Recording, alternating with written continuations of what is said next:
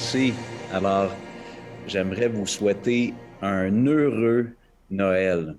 Moi, j'aime tellement le 25 décembre, même comme on le répète toujours, on est à peu près certain que Jésus n'est pas né le 25 décembre. Je suis content qu'un jour dans l'histoire de l'humanité, on ait identifié une journée, puis qu'on ait choisi de célébrer la naissance de Jésus-Christ. C'est absolument merveilleux. Alors, je vais vous souhaiter un heureux Noël. C'est encore un Noël spécial. On espérait cette année avoir un Noël un peu plus ordinaire, un peu plus normal, mais le Seigneur est là. Puis, si Jésus est dans notre cœur, ben, on a la joie, on a la paix. Et on est content de pouvoir se réunir avec vous. Alors, pour ma part, je voulais vous partager juste deux petits versets de la Bible rapidement, des paroles de Jésus avant de passer à nos annonces habituelles.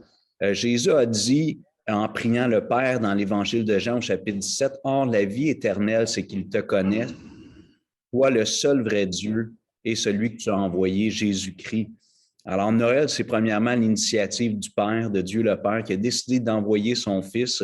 Et c'est ce que nous voulons célébrer ensemble, souligner ensemble, puis réjouir nos cœurs face à cette initiative que Dieu le Père a prise. Et Jésus a dit à un moment donné dans son ministère, en parlant des gens qui venaient pour ravir, pour voler, Jésus a dit, « Le voleur ne vient que pour dérober, égorger et détruire. Moi, je suis venu afin que les brebis aient la vie et qu'elle l'a en abondance. Je suis le bon berger.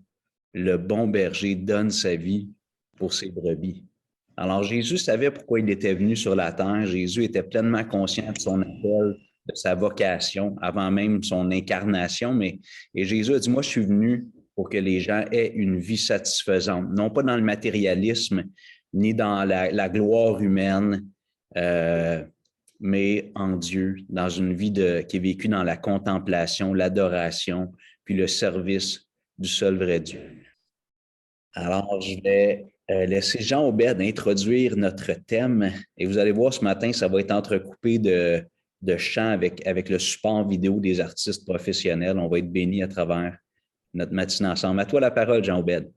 Merci beaucoup, Hugo, et bonjour à tous et à toutes. Et merci de votre présence avec nous ce matin. Je ne sais pas si vous connaissez l'histoire d'une petite fille qui tomba malade le jour de Noël et on l'amena à l'hôpital. Couchée sur son lit, elle entendit des gens chanter des cantiques de Noël.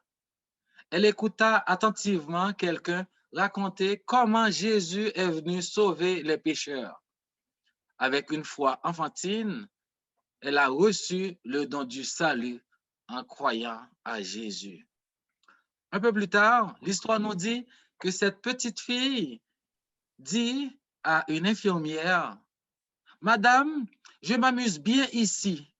Je sais que je devrais retourner chez moi aussitôt que je serai guérie, mais je vais amener Jésus avec moi. » N'est-ce pas merveilleux de savoir le but de la naissance de Jésus?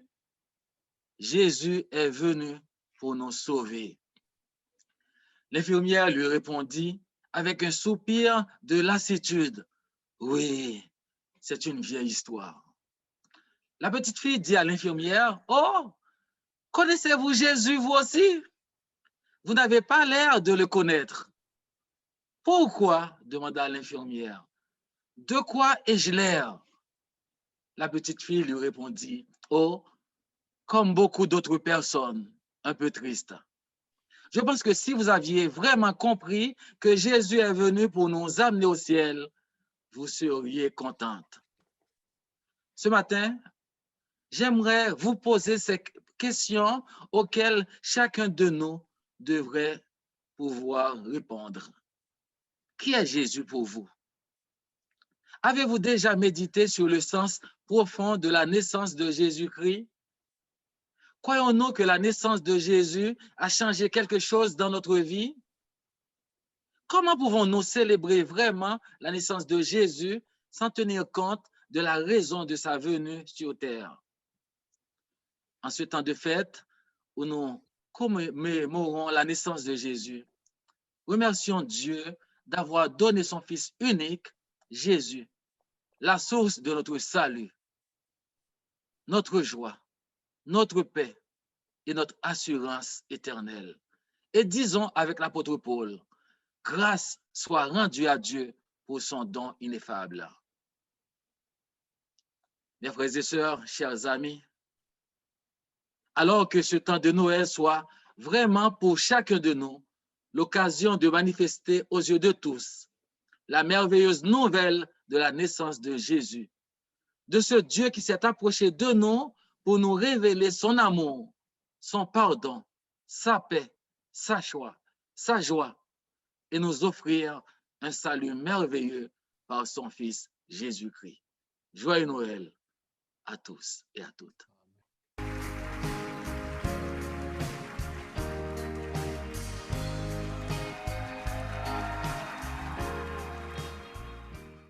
Merci, Lara Fabian, tous nos artistes. Quelle belle prestation. J'aime ça voir des artistes comme ça, dont on ne connaît pas nécessairement d'affiliation religieuse personnelle, chanter les louanges du Seigneur. Moi, je suis tellement touché d'entendre ces paroles dans leur bouche, venir de leur bouche. Alors, Michel Nadeau va nous partager l'annonce de la naissance de Jésus, la bonne nouvelle. Et pour tous les chrétiens, on aime partager cette bonne nouvelle, mais il semble que c'est des bergers qui ont été parmi les premiers à entendre cette bonne nouvelle. Michel, on est content de t'écouter, d'entendre ce que Dieu a mis sur ton cœur. Merci beaucoup, Hugo, et merci d'être là, chers amis. À chacun d'entre vous, un joyeux Noël. Et quel beau chant, Glory, Glory, Alléluia.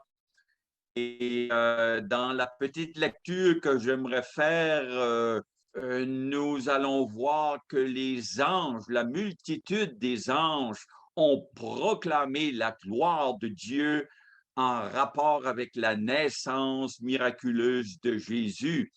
J'aimerais lire quelques versets dans l'Évangile de Luc, chapitre 2, et à partir du verset 6, alors que Joseph et Marie sont arrivés à Bethléem, je lis Luc 2 à partir du verset 6. Pendant qu'ils étaient là, à Bethléem, le temps où Marie devait accoucher arriva, et elle enfanta son fils premier-né. Elle l'emmaillota et le coucha dans une crèche parce qu'il n'y avait pas de place pour eux dans l'hôtellerie. Et là, la question se pose, qui sont les premiers à entendre cette nouvelle, cette bonne nouvelle? Le verset 8 va nous répondre, il y avait dans cette même contrée des bergers qui paissaient dans les champs les veilles de la nuit, donc c'était la nuit, pour garder leurs troupeaux. Et voici un ange du Seigneur leur apparut, et la gloire du Seigneur resplendit autour d'eux. Imaginez en pleine nuit. Ils furent saisis d'une grande frayeur. Verset 10. Mais l'ange leur dit, ne craignez point, car je vous annonce une bonne nouvelle qui sera pour tout le peuple le sujet d'une grande joie. Mais c'est quoi cette bonne nouvelle ou c'est qui? Le verset 11 nous répond, c'est qu'aujourd'hui dans la ville de David, il vous est né un sauveur qui est le Christ, le Seigneur. Et on va au verset 13, et soudain il se joignit à l'ange une multitude de l'armée céleste louant Dieu, disant gloire à Dieu dans les lieux très hauts et paix sur la terre parmi les hommes qu'il agrée. La gloire de Dieu, la manifestation de la gloire de Dieu devant cette naissance miraculeuse. Comme Hugo nous a mentionné, on n'est pas sûr que Jésus soit né le 25 décembre, mais c'est pas grave, on sait qu'il est né miraculeusement. Et c'est la bonne nouvelle, c'est la grande nouvelle. On entend, sans trop être négatif, chers amis, on est conscient qu'on entend beaucoup de mauvaises nouvelles depuis un bon moment, mais quelle joie de nous rappeler que Jésus-Christ, sa naissance miraculeuse, c'est la bonne nouvelle. Maintenant, pour bien comprendre la bonne nouvelle, il nous faut quand même comprendre ou saisir ce qu'on pourrait appeler la mauvaise nouvelle.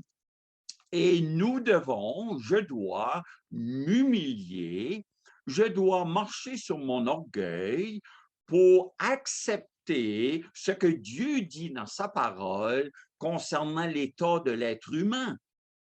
La parole de Dieu nous dit dans Romains 3, 23, « Car tous ont péché et sont privés de la gloire de Dieu. Un seul péché nous ferme la porte du ciel.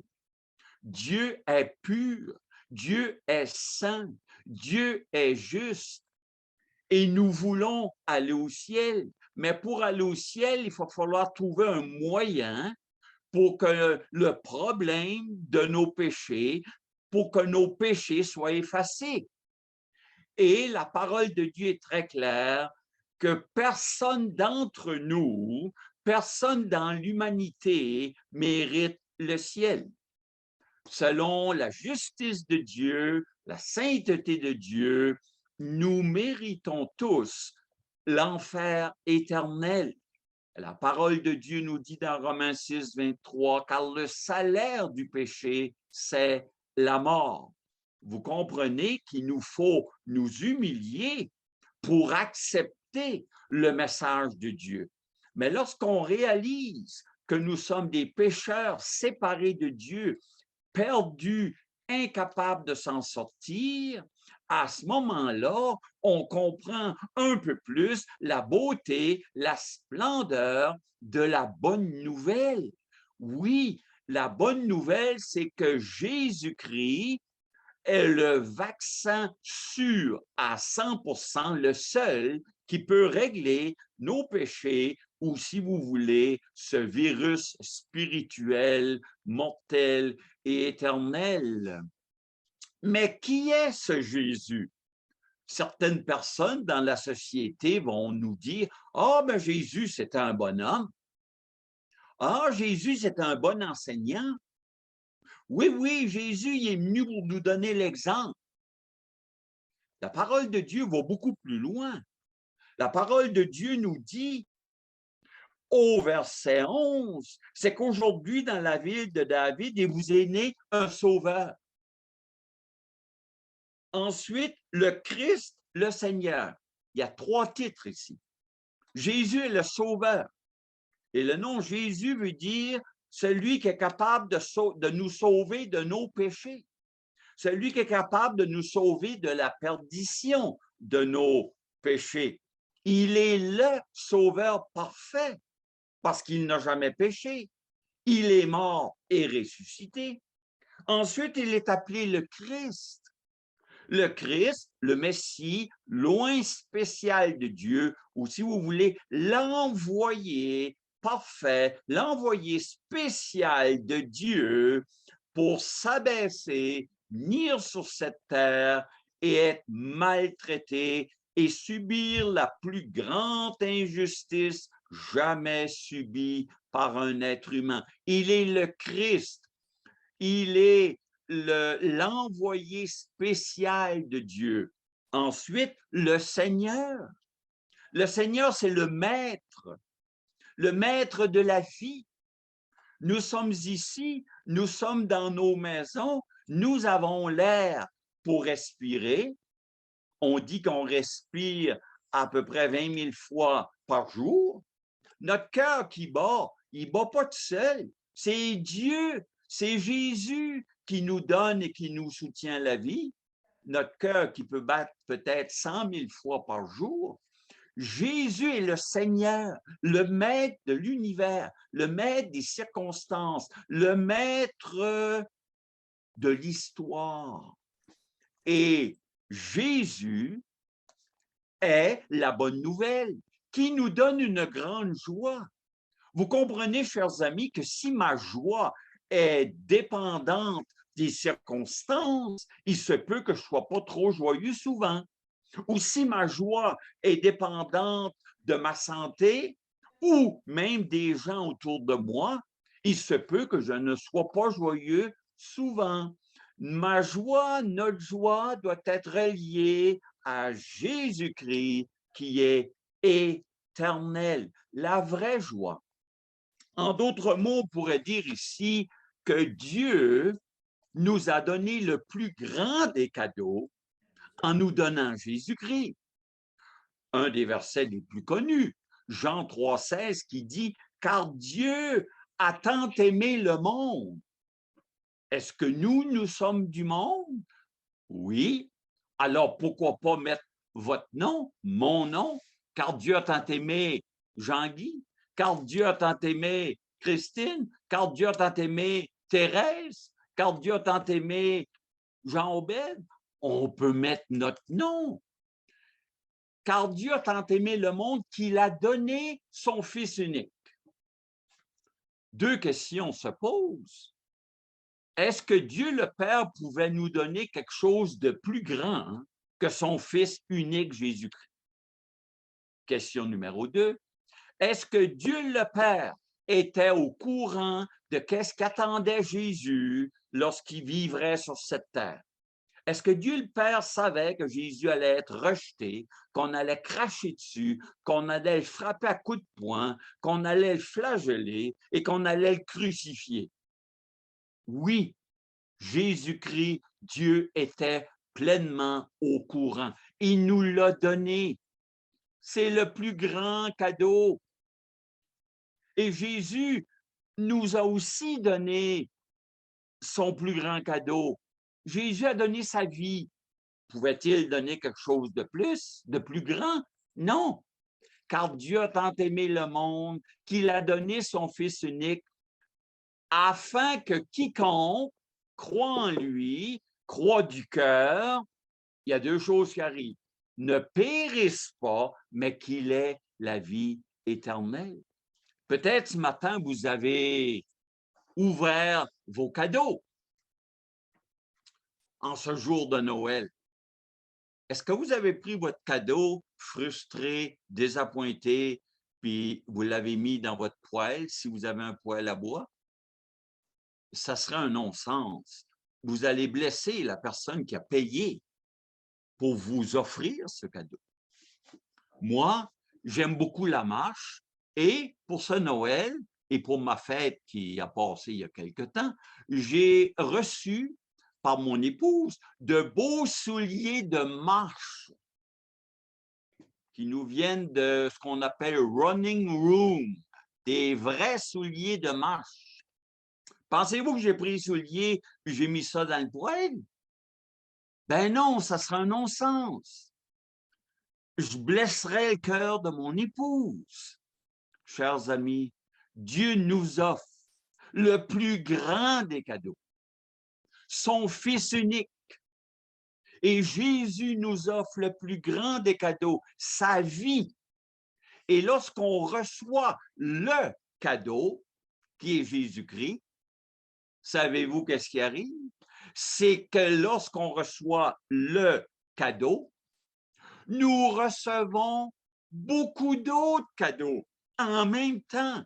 Lorsqu'on s'humilie, on dit au Seigneur, malgré ma religion, malgré ma bonne vie, malgré mon baptême, je suis un pécheur perdu. Je mérite l'enfer éternel. Mais Jésus a venu payer pour moi. Jésus, sur la croix, il a vécu mon enfer éternel. Et si je me repens, mais je mets ma confiance en lui, j'ai pas besoin d'aller en enfer. Jésus l'a subi. Je suis sûr d'aller au ciel. Donc, Jésus est le vrai cadeau. Et lorsqu'on l'accepte sincèrement, on reçoit beaucoup d'autres cadeaux. Par exemple, on est sûr que nos péchés sont pardonnés.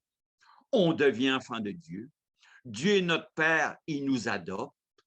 Nous avons l'assurance que nos péchés sont tout pardonnés, l'assurance d'aller au ciel. Nous avons la présence de Dieu, toute une multitude de cadeaux qui découlent du cadeau. Chers amis qui écoutez ce matin, Si vous refusez le plus grand des cadeaux, ne pensez-vous pas que vous allez blesser le cœur de Dieu qui a tout donné? Je vous invite au nom de Jésus d'ouvrir votre cœur, de reconnaître votre état de perdition et de mettre votre foi en Jésus-Christ. Et la parole de Dieu, Dieu connaît votre cœur. Oui, joyeux Noël. Et quand ce Noël, si vous découvrez Jésus, vous allez découvrir une nouvelle vie. Que Dieu vous garde. Merci beaucoup.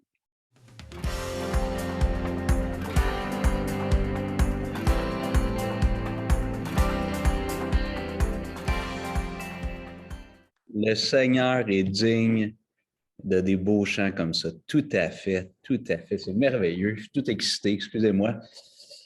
Jean-Obed, tu as quelque chose à nous partager? Exactement. Merci, Hugo. Je ne sais pas si vous avez déjà lu la généalogie de Jésus. Est-ce un sujet qui vous passionne? Lire les noms, les noms des gens. Quelle importance accordons-nous à sa généalogie?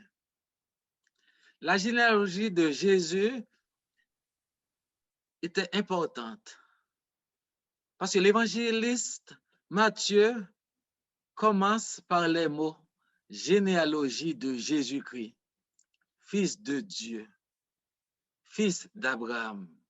Matthieu 1er, verset 1er. La généalogie était très importante pour la nation juive. C'était la façon pour elle de retracer la lignée familiale à travers l'histoire et de suivre l'héritage de la terre d'une famille à l'autre. Matthieu identifie Jésus comme Christ ou le Messie dans les versets 1er, 16, 17 et 18. Donc Jésus remplit les deux prérequis messianiques. Premièrement, le Messie devait être un descendant d'Abraham par qui viendra la bénédiction de toutes les nations, selon Genèse 12, 1 à 3. Deuxièmement, le Messie devait être aussi un descendant de David. Matthieu 1er, verset 1er, proclame que cela est vrai de Jésus. Et les versets 2 à 17 le démontrent. Je ne sais pas si vous le remarquez, la naissance de Jésus est différente de toutes les naissances mentionnées dans la généalogie de Matthieu, chapitre 1er.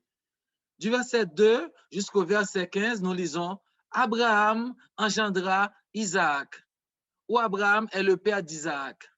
Isaac est le père de Jacob. Jacob engendra Judas et ses frères.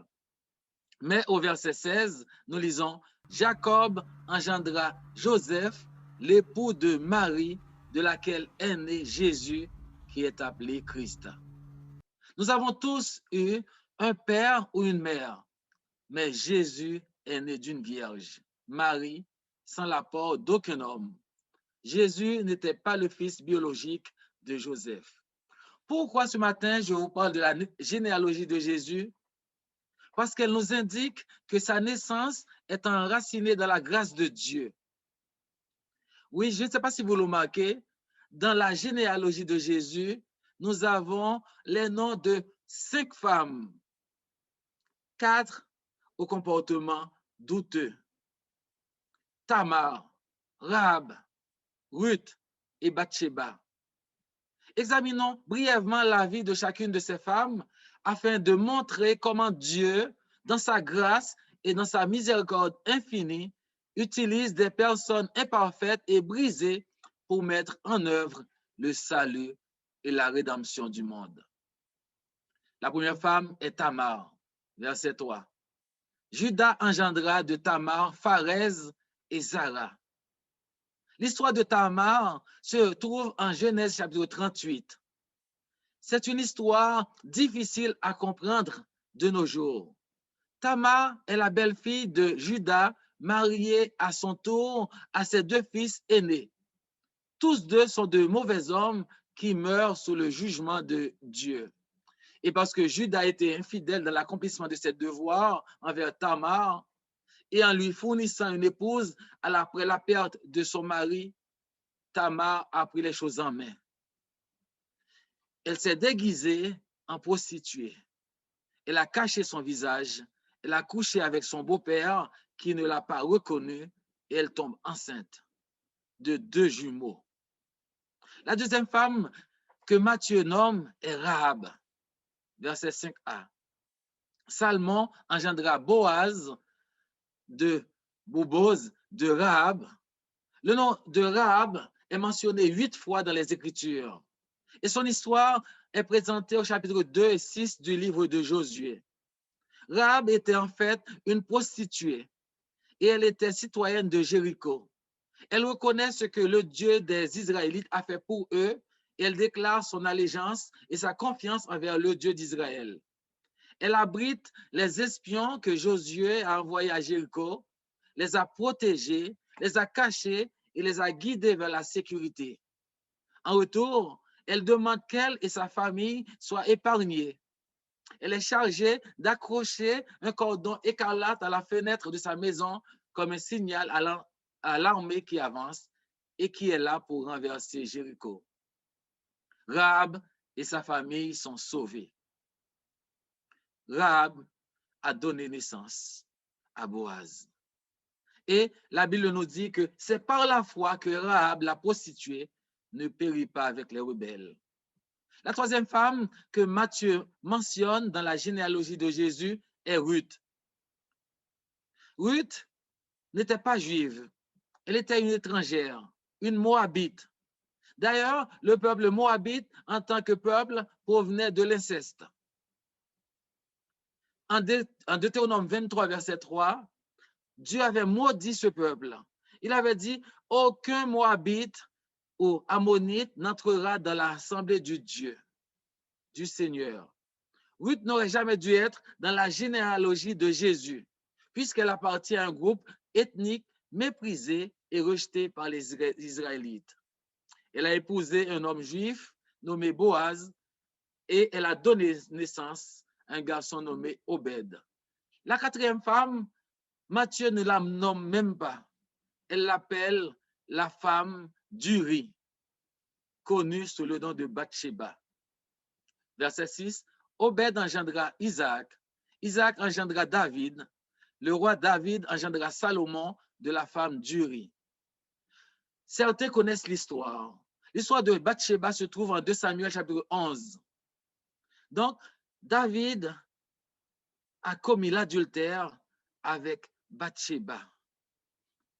Et après la mort d'Uri, le roi David a épousé Bathsheba et les deux ont eu un fils nommé Salomon. C'est elle par qui les promesses de l'alliance de Dieu à David sont retracées dans le reste des Écritures. La présence de ces femmes dans la généalogie de Jésus nous montre la grâce de Dieu qui pardonne. Elle nous rappelle le verset de Romains 5, 20. Là où le péché a abondé, la grâce a surabondé.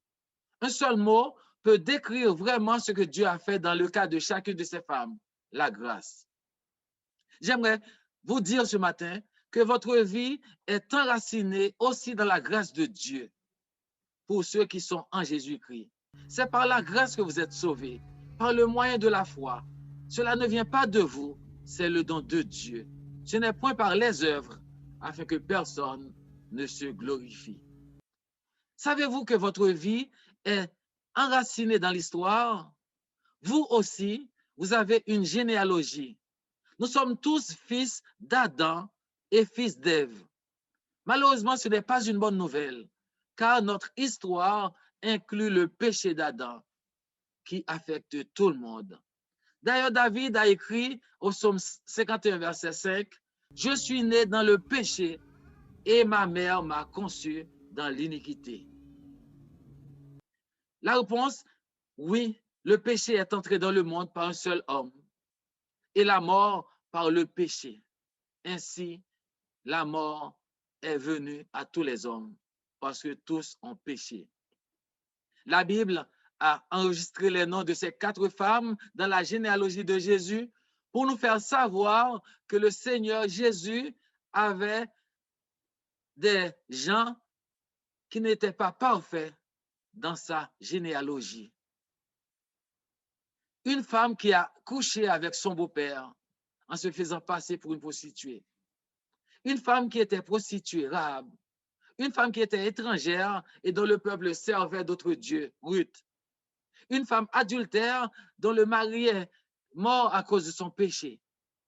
Une femme qui est tombée enceinte avant le mariage. Il n'y a aucune raison ce matin pour que vous soyez enchaînés à votre passé.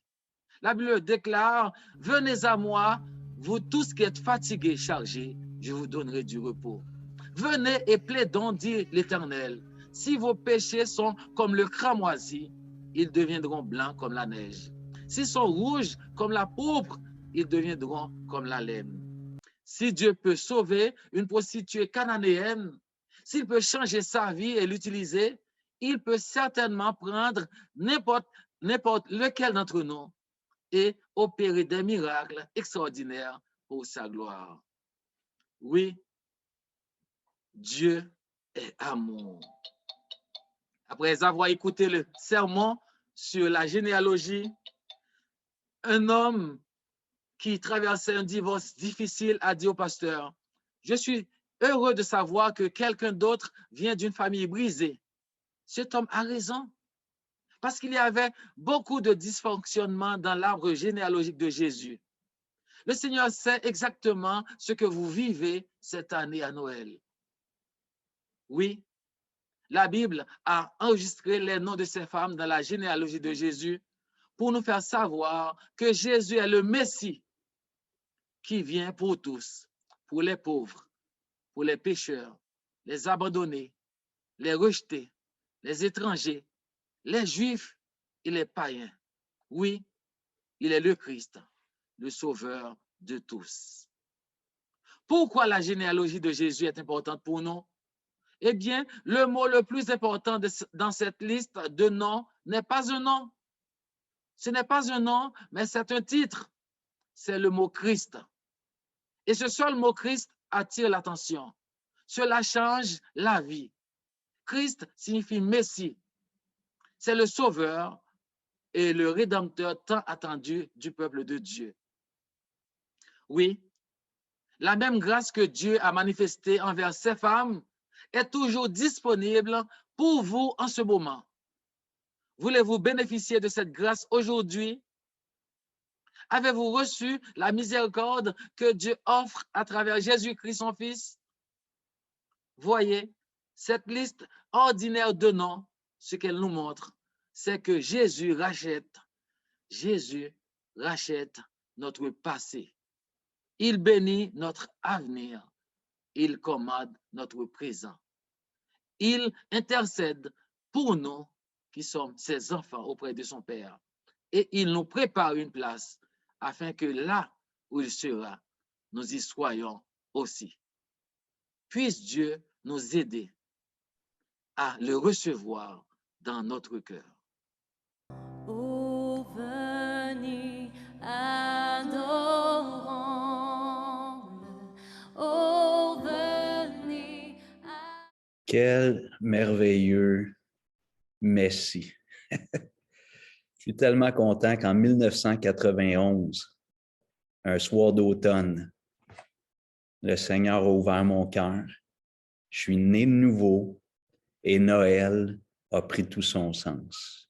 Quel beau cantique. Merci à notre technicien en chef, Gérald, qui nous partage ces beaux cantiques. Alors, Jean-Obed, c'est-à-dire Michel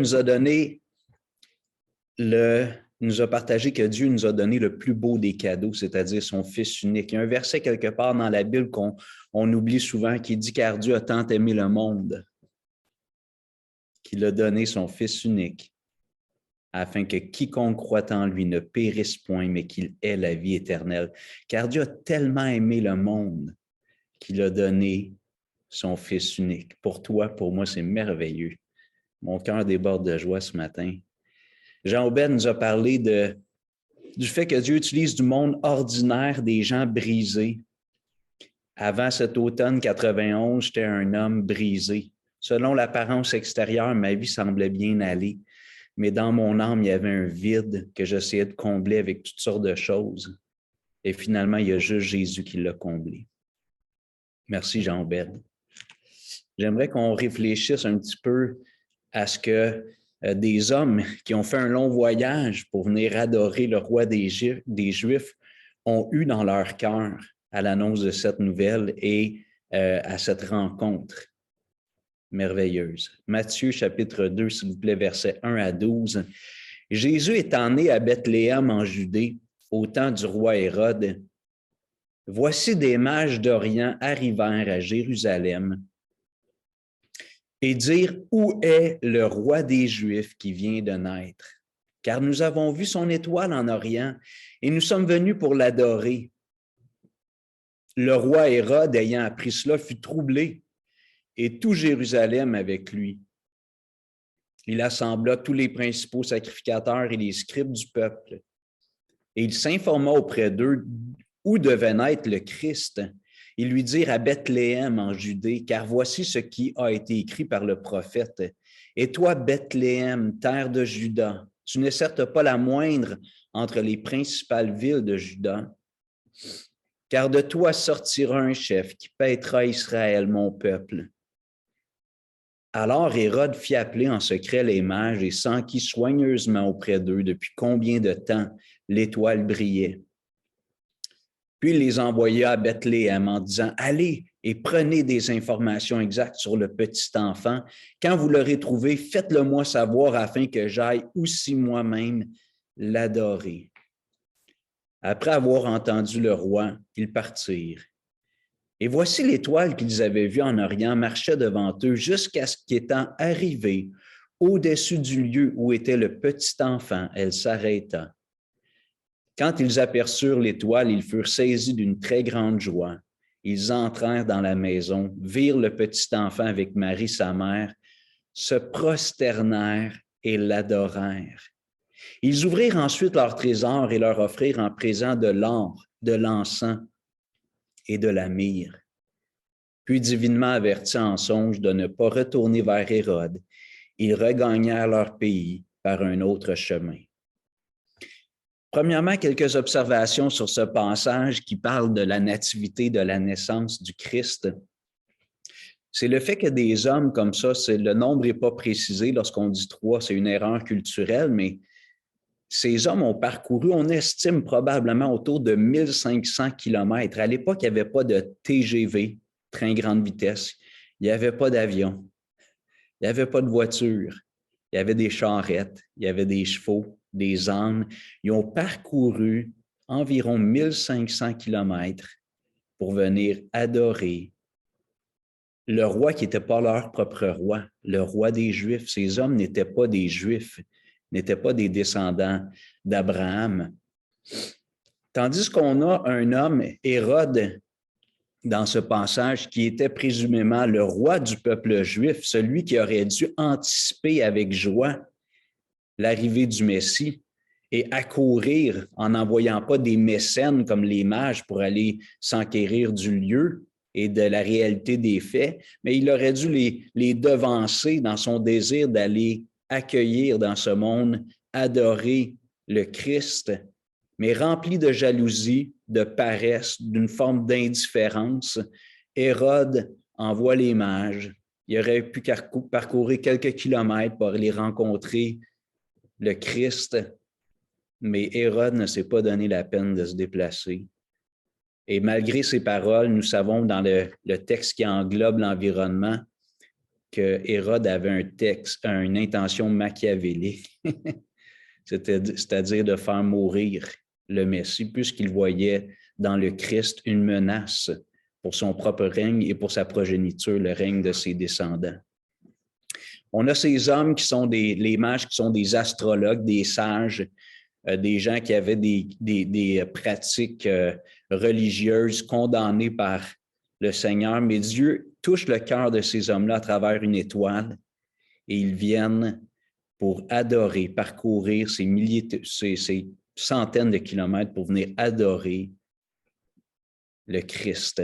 Un peu comme Jean Bette disait, Dieu utilise des fois des méthodes peu orthodoxes qui ne sont pas conformes à ce qu'on est habitué de voir en connaissant Dieu à travers les Écritures. Dieu utilise une étoile, il va les rejoindre dans leur moyen de comprendre les choses, puis il les amène à Bethléem pour adorer le Christ. Et il pose la question, où est le roi des Juifs? Jean Aubaine nous faisait remarquer, lorsqu'on se parlait cette semaine en vue de cette matinée, le fait que Jésus est déjà, dès sa naissance, proclamé roi. Normalement, un homme ne vient pas au monde roi, généralement. Son père ou sa mère sont en position sur le trône, puis il est celui qui est pressenti, comme par exemple le prince Charles, pressenti pour prendre la place de la reine Élisabeth. Mais Jésus, dès sa naissance, porte le titre de roi. C'est un roi unique, d'une lignée unique, certainement un fils de David, un descendant du roi David, mais comme Marc nous le présente, brève généalogie, voici comment débute l'histoire de Jésus, fils de Dieu. Jésus-Christ, le fils de Dieu. Jésus est d'une autre généalogie. En plus de sa généalogie humaine, Jésus a une affiliation divine par nature. Dans les versets 9 à 11, on voit ici la réaction des mages lorsqu'enfin ils arrivent à Bethléem, qu'ils trouvent le lieu où Jésus était avec Marie. Je vais relire les versets 9, 10 et 11. Après avoir entendu le roi Hérode, ils partirent, et voici l'étoile qu'ils avaient vue en Orient marchait devant eux jusqu'à ce qu'étant arrivé au-dessus du lieu où était le petit enfant, il s'arrêta. Quand ils aperçurent l'étoile, ils furent saisis d'une grande joie. Ils entrèrent dans la maison, virent le petit enfant avec Marie, sa mère, se prosternèrent et l'adorèrent. Ils ouvrirent ensuite leur trésor et lui offrirent en présent de l'or, de l'encens et de la myrrhe. Ces hommes ont été remplis d'une grande joie. Et comme on soulignait tout à l'heure, c'est des gens qui étaient issus de d'autres nations. Ce n'étaient pas des gens qui étaient de descendance juive, des fils d'Abraham. Et ce que je trouve merveilleux ici dans cet événement-là que Dieu a orchestré, que Dieu le Père a orchestré, c'est le fait que des hommes comme ça de d'autres nations, comme vous et moi, mis à part Michel Nadeau qui a du sang juif qui coule dans ses veines, c'est ce qu'il nous partageait, son arrière-grand-mère, je pense, était juive ou quelqu'un dans son ascendance. Mais comme vous et moi, la plupart d'entre nous, nous pouvons venir et avoir la joie d'adorer Jésus. Jésus a dit un jour dans son ministère, alors qu'il s'adressait à des foules, « L'heure vient et elle est déjà venue où les vrais adorateurs adoreront le Père en esprit et en vérité, car ce sont là les adorateurs que le Père demande. Dieu est esprit et il faut que ceux qui l'adorent en esprit et en vérité. » Ce que Dieu veut, ce n'est pas qu'on descende d'une lignée particulière. Ce que Dieu veut, c'est qu'on vienne adorer Dieu avec un cœur sincère, avec un cœur authentique. Du fond de notre cœur, ça doit être quelque chose qui est intérieur, en esprit et en vérité, avec sincérité. Pour adorer Dieu, il doit comprendre qui il est. J'aime souvent prendre l'exemple du soleil. La création a besoin du soleil. On a besoin de la lune, on a besoin de la pluie, puis tout ça. Je ne veux pas faire un cours de biologie ou de... Mais juste réfléchir sur le fait que la création a besoin du soleil, entre autres les plantes et les fleurs, lorsque le soleil se lève. Normalement, la nuit, elles se ferment, les fleurs. Et lorsque le soleil se lève, elles s'ouvrent. Et les fleurs et les feuilles suivent, plusieurs d'entre elles, le soleil tant qu'elles le peuvent. Elles ne font pas un 360, mais de la même façon, l'être humain a besoin d'adorer Dieu. C'est un besoin qui est fondamental. Ma vie n'a pas de sens si je ne la vis pas dans l'adoration envers Dieu. Ma vie manque son sens fondamental. La Bible nous dit que Jésus est la parole de Dieu. Lorsque les Juifs ont demandé à Jésus qui il était, Jésus a dit qu'il était avant même qu'Abraham existe. Jésus existait déjà. Jésus a affirmé à quelques reprises, soutenu par les apôtres dans certains passages, que Jésus est Dieu. Et seul Dieu est digne d'adoration. Seul Dieu peut être adoré et c'est ce que ces hommes ont fait, les mages. En entrant, ils ont été remplis d'une grande joie et ils se sont prosternés et ils ont adoré Jésus. Cette année, Noël 2021, je vous invite chacun d'entre vous, chacun d'entre nous, peut-être pour certains pour la première fois, de reconnaître qui est ce Jésus. Malgré le fait que notre culture l'efface de plus en plus de la fête même de Noël, je trouve ça étrange, c'est sa fête puis on ne l'invite pas, mais en tout cas, nous les chrétiens, on s'assure que Jésus est à l'honneur. J'ai une chaise ici à côté de moi, puis je l'avais mis là, mais avec le cadrage vidéo, mais je m'étais dit, je vais mettre une chaise, c'est juste pour me rappeler, Jésus, tu es là, tu es avec nous, c'est toi qui es à l'honneur aujourd'hui. Ce n'est pas les cadeaux, ni la dinde, ni les retrouvailles en famille, c'est des belles choses. Mais celui qui est à l'honneur, c'est Jésus. Il est invisible. Vous ne le voyez pas sur la chaise, mais il est là, il est dans le cœur de chacun de ses enfants. Et j'aimerais t'inviter aujourd'hui à ouvrir ton cœur. Et une dernière chose, je m'excuse pour le temps qui file, je prends encore quelques instants. Qu'est-ce qu'ils ont fait, ces hommes, lorsqu'ils ont entré, ils se sont prosternés, ils ont adoré et ils ont offert des présents à Jésus. Et ils ont offert des présents qui étaient dignes d'un roi. Ils offrent de l'or, de la myrrhe, de l'encens, sans s'attarder à essayer de donner un sens à chacun de ces 3 cadeaux. C'était des cadeaux qu'on offre à un roi. Et maintenant, on peut se poser la question, qu'est-ce qui peut pousser ces hommes à offrir des cadeaux au Fils de Dieu, à adorer le Fils de Dieu, à lui offrir ses cadeaux? Et qu'est-ce qui peut nous pousser à offrir des cadeaux à Dieu? Et le cœur humain il est plein de subtilités. Nous-mêmes, on ignore des fois nos véritables motivations. Mais est-ce que je veux offrir des cadeaux à Dieu? Est-ce que ces hommes ont offert des cadeaux à Dieu parce que Dieu en avait besoin? Dieu n'a pas besoin de tous les cadeaux que l'être humain peut lui offrir. Est-ce que ces hommes essayaient d'acheter leur ciel, d'acheter leur salut? Est-ce que lorsque j'offre des choses à Dieu, peut-être dans ces fêtes religieuses comme Noël ou la Pâque, est-ce que j'offre des choses à Dieu en espérant acheter le ciel? Est-ce que j'offre des choses, même comme enfant de Dieu, pour gagner la faveur de Dieu, espérer pouvoir lui offrir un petit pot de vin pour obtenir des grants spéciaux? Tous ces motifs sont mauvais. Ce n'est pas les bons motifs. Nous voulons offrir à Dieu des cadeaux parce qu'il en est digne. Point à la ligne, parce que Dieu en est digne. Nous voulons lui offrir des cadeaux parce que nous l'aimons. Et si on l'aime, c'est parce qu'il nous a aimés le premier. C'est ce que Jean nous dit. Nous l'aimons parce qu'il nous a aimés le premier. Comme Michel partageait, comment Dieu nous a démontré son amour, c'est en donnant son Fils. Et le Fils lui-même était consentant. Il ne l'a pas fait contre son gré. Jésus est allé à la croix volontairement pour payer pour mes péchés et pour les tiens. Pourquoi on veut offrir des cadeaux au Seigneur? Parce qu'on est reconnaissant. On est reconnaissant de son amour immense.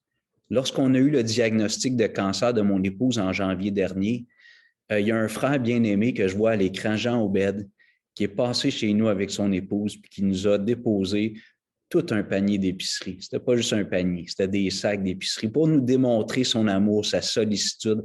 Merci, Jean Obed. Et merci à tous les autres qui ont pu nous encourager. Pas qu'on était nécessairement dans le besoin à ce point-là, mais ça nous démontrait de la sollicitude, de l'amour. Et maintenant, je suis reconnaissant. Je vais me rappeler toute ma vie de On était dans la COVID, on ne pouvait pas se côtoyer. Jean Obed est venu, il a mis ça sur la galerie, il a sonné à la porte. « Salut Hugo, Lynn, on veut juste vous faire un cadeau », puis il est reparti avec son épouse. Merci, Jean Obed. Et qu'est-ce qui fait qu'on veut s'offrir maintenant au Seigneur, qu'on veut offrir ce qu'on a de meilleur au Seigneur, c'est qu'on réalise à quel point il nous a aimés. Et j'aimerais nous inviter ce matin, peut-être pour certains pour la première fois, à offrir ton cœur à Jésus. Jésus a dit, je me tiens à la porte et je frappe. Ce n'est pas le Père Noël. C'est Jésus qui frappe à la porte de ton cœur. Et Jésus a dit, si tu ouvres la porte, je vais entrer. Mais Jésus ne forcera pas la porte. Il n'y a pas un bélier pour forcer la porte. Jésus veut qu'on ouvre la porte volontairement. Et je t'invite, si tu n'as jamais ouvert la porte de ton cœur à Jésus, fais-le ce matin. Tu vas voir, Noël va prendre un nouveau sens, un sens réel, un sens profond. Et pour tous les autres, ceux qui avaient déjà ouvert votre cœur à Jésus depuis quelques semaines, quelques années ou quelques décennies, je vous invite, comme Paul nous l'a dit, à vous offrir tout entier au Seigneur, à la lumière de ses compassions, de son amour. C'est quelque chose de logique, de raisonnable, de naturel comme réponse de lui offrir tout notre être.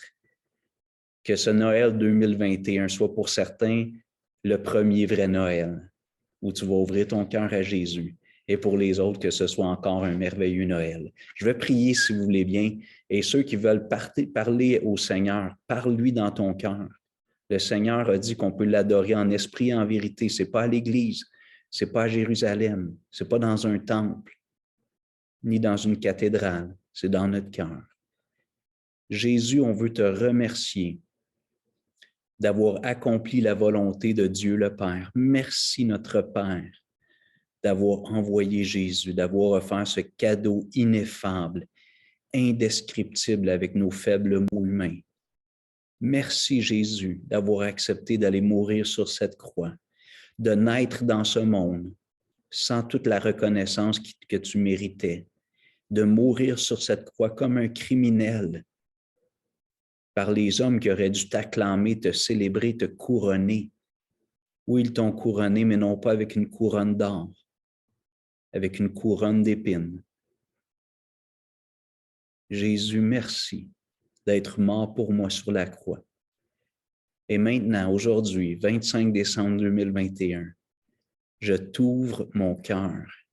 Je veux que tu règnes, Jésus, toi le meilleur roi, qui a donné sa vie pour ses sujets, littéralement qui a donné sa vie pour ses sujets. Tu as dit, Jésus, je ne suis pas venu pour servir, pour être servi, c'est-à-dire, mais je suis venu pour servir et pour donner ma vie en rançon pour plusieurs. Merci, Jésus. Et on veut te glorifier en ce matin de Noël. On veut te rendre toute la gloire. C'est toi qui es à l'honneur, Jésus. Que tu sois premièrement dans nos cœurs. Père Saint, nous te prions au nom de Jésus qui a ouvert cette route nouvelle, qui nous donne un accès libre devant ton trône. À lui soit toute la gloire, à toi soit toute la gloire, notre Dieu. Amen. On va écouter un prochain cantique, Minuit chrétien.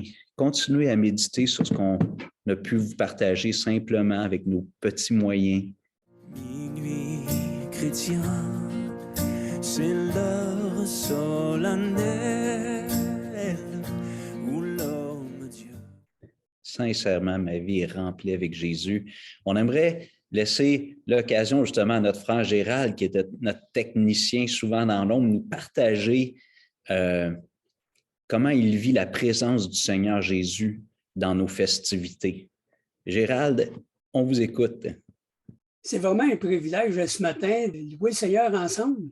La possibilité de se rencontrer à travers sa plateforme web, Zoom, différents endroits. On a des gens de Belgique, ou futur la Belgique, de la France, Nouveau-Brunswick, et un peu partout dans la province de Québec. Alors, c'est vraiment un privilège que nous avons. Également, qu'est-ce qu'on a entendu ce matin, les messages, les partages qui nous ont annoncé l'annonce de notre Sauveur, de Jésus, la généalogie, où est-ce que ça partit de ça? Où est-ce que ça vient? En dernier, l'adoration. C'est quoi notre cœur vis-à-vis de cette journée, de cette personne qu'on fête? Et bien souvent, on peut avoir des questions. Oui, mais pourquoi, où, comment, et ainsi de suite. Les cantiques qu'on a entendus, et bien souvent, dans ma jeunesse, oui, je les avais entendus, mais aujourd'hui, les paroles me sont encore plus touchantes. La plus belle nuit du monde. Joie dans le monde, peuple fidèle. Oh, Minuit chrétien. C'est toutes des cantiques qui viennent me chercher. Pour terminer, en cette journée spéciale, je vous souhaite de passer un très beau Noël dans l'amour la joie, la paix, mais en celui à qui revient cette fête. Que ce Jésus fasse partie de toutes nos activités et ne le laissons pas de côté. À lui soit la gloire. Merci beaucoup. Merci, Gérald. Moi, ce que je trouve merveilleux, c'est que dans le ministère Croix-Dessus, on a des hommes qui sont un peu les architectes, les ingénieurs du ministère, Marcel Perron, Gaétan Marquis, Gérald Thibault, Gérald Dubé, mon beau-père. Peut-être j'en oublie, je m'excuse. Il y a Monique qui est là, Régent Joly. Puis plusieurs d'entre eux sont souvent dans l'ombre, ils ne parlent pas beaucoup. Nous, on est les gens qui ont la facilité pour parler. Michel, Jaobed, puis moi, mais il y a ces gens-là qui supportent. Mais ce qui est merveilleux, c'est ce que Gérald vient de nous partager, c'est le fait qu'ils le font par amour pour Christ. Ils aiment Jésus. Ce n'est pas juste des planificateurs, des techniciens. C'est des gens qui le font volontairement, bénévolement, par amour pour Christ. On a des gens aussi qui nous aident maintenant au niveau du web, au niveau de l'infographie. Étienne Brochu, Valérie Céleste, son mari François aussi qui nous aide. C'est merveilleux. On aimerait vous donner l'occasion ce matin, comme on a à chaque fois. Bon, ce n'était pas des témoignages de conversion ce matin, mais est-ce qu'il y en a qui aimeraient partager quelque chose? On essaie de faire des partages relativement courts pour donner la chance à d'autres. On va ouvrir la ligne, comme on dit. Est-ce qu'il y en a qui aimeraient nous partager quelque chose en lien, entre autres, avec Noël, votre joie de célébrer Jésus, de partager Jésus à Noël? Quelqu'un?